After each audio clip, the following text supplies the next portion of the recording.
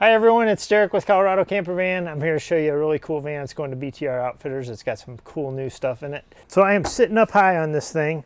The reason the seat sits up high is because these big tall vans, and this will work on a mid roof or a high roof, you sit so low anyway that we figured we could give up a little bit of height, and I still have tons of headroom, obviously, probably about, no, not quite 2 feet over my head before I get to the ceiling.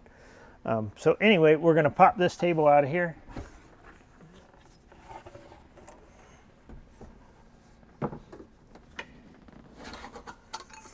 Set the table leg, the lagoon table leg, and the table's out of the way now. And then as I step aside, I'm gonna flip up the footrest and it exposes a shower pan underneath of it. I'm gonna flip up the seat and it exposes the toilet underneath of it. So this toilet uses water from the water system. So this is a Thetford cassette style toilet. So you open the door, this is all done inside the van, pull the cartridge out, spin this, take the cap off, and then when you go to dump it, you just hit there's a handle back here, hit the vent and it pours out nice and clean. Put the cap back on, slide the toilet back in, close the door, and it's ready to use again. I have this flipped up, the seat's already flipped up here, and then there's a lid right here that exposes the shower wand and the hose that goes to it. Oop. And it's just a quick connect. A two-handed quick connect. There we go. And then you have hot and cold water. And there's a shower curtain that hangs around here, so you have plenty of room. It is considered to be a wet bath because the toilet's still in here, but the shower curtain hangs around. It all drains into this, so the toilet everything can get wet. And then you have the shower wand right here. And this van does have hydronic hot water heating, so we'll go through that in a minute and kind of show you, but it's all works together. So now you have one footprint that is making space for seating for two, your toilet, and your shower. So in vans where everything's really tight and there's not a lot of room to play, this is really important. So this is our Apex layout. This is kind of cool thing about it. It has an induction cooktop in there, but it also has an induction cooktop on the table out here. So you can cook outside the van and not be inside every time you cook and still get to use an induction cooktop. Makes a little work table. Gives you some access to the back of your drawers. If you want to get to them from out here, you can do that too.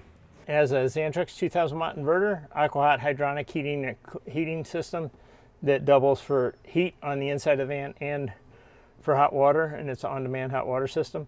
And it has Red Arc battery monitoring system to go with the lithium battery pack that it has in it.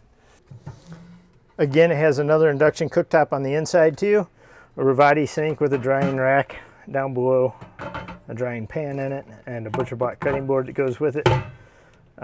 Sink has a removable nozzle, make it easy to clean your dishes.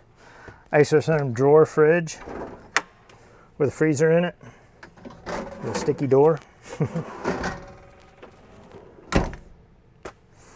The heat comes out there. There's a access door. So it has a roll top access door so you can get to your cargo area in the back. It also has a slide out tray, so you can slide this out to make it easy access for your heavy stuff, bicycles or whatever. And then keep this closed to keep the area separated. So you saw down below it has an elevated bed in the back, so you have room for your toys underneath. It's kind of the cool thing of using that seat that converts a toilet and a shower is we kept that all condensed to the front of the van, so we're able to open it up and have kind of the best of both worlds in a smaller van like this. So this bench here has a lithium ion battery pack is mounted down underneath there. The Red Arc, all the electrical is all mounted in that box. Keep it out of the weather, not underneath the van. Batteries stay warm in the wintertime, and it makes a nice little bench and some extra storage. Of course, we have to talk about our tops. This is on the Transit Extended high roof, so come on up here and check it out. So I'm sitting up here on the top of this van. Again, it's going to Texas, so I got a Dometic 12 volt air conditioning system, max air fan, keep you nice and comfortable up top here. Big comfortable bed. This is your other two, sleeping for the other two people. So you got a van that comfortably seats for and sleeps for. And when you open all these windows out, you get a great view too. So I'm gonna dive a little deeper into our pop tops. That's what we're kind of known for. And this is what's gotten us on the map in the van world, so to say. The reason we chose our tops to pop straight up is because we wanted full headroom front to back. When you have a wedge, you can't sleep with your head. You can, but nobody wants to sleep with their head down in the wedge. So you got to get up here and turn around. Your partner has to do the same thing, get up here and turn around. And you have to do this dance on top of each other. And if you have to get down in the middle of the night, go to the bathroom or something, you got to do the whole dance backwards to get out and the whole dance backwards again to get back in. So the whole point of our tops was they have lots and lots of space. This is sleeping for 2 adults, not 2 little kids. There's plenty of room in it. They're rock solid. We've had them in 90 and 100 mile an hour winds. It doesn't go anywhere. You'll just get a little bit of fabric shake to it, and it'll make a little bit of whipping noise, but that's it. The headroom in here, I'm 6'2". I can put a shirt on. I can sit up in the very back of it. I don't have to be on the very, very edge of the bed to be able to sit up or anything like that. There's a big difference between a tilt-up top and a top that goes straight up and has this kind of headroom. There's other tops that go up that you're hunkered down and you can't sit up straight. But we want to be able to hang out, have adults, they can hang out up here and be comfortable, read a book, do whatever. Another important aspect to the roofs is the ability to what they can lift up. All of our roofs are electric with actuators. You just hit the button, the top goes up. We do have the capabilities to put air conditioning and fans in there, and we can also do solar. We can also do roof racks on the roof. The amount of what you can put up there is dictated on a Colorado camper van top by the size of the roof. So you can only fit so much solar if you're doing an air conditioner and a fan up there. Sooner or later you run out of space to put that stuff. Weight is usually not what we run into with, like, we can't fit any more up there because of weight issues. It's usually because we can't fit any more up there physically on the roof. We've taken up all the footprint. We can also do roof racks on the tops. We also have our cool new Halo roof rack that mounts down to the van itself, and it allows us to do a legless awning on the side of the van with our pop tops. So a lot of pop tops, you can't get air conditioners, can't get fans, can't get awnings on them. We can fit all that stuff on there. So when you're shopping for a pop top, when you're looking to build your van, those are all things to keep an eye on depending on your layout and what you want to do. So this Transit's gray. We did black Raptor liner all the way around the kick panels and the plastic, just to kind of black out that lower half on it. It gives it a good look to it. It also has Raptor line that's color matched to the gray, the flat gray that this van came in. These LED lights make it look bright, but it really does color match. It's the same. This one also has an awning on it. It does not have the Halo roof rack. It's a regular Fiamma F45 wall mount hand crank awning. We really like those because, well, there's nothing to go wrong. You just crank it in, crank it out.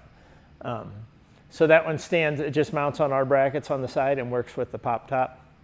So this particular van got all AM auto sliding windows. So there's a screen behind the glass right here. So this whole section slides back and exposes the screen. It has them in the front and the rear on both sides.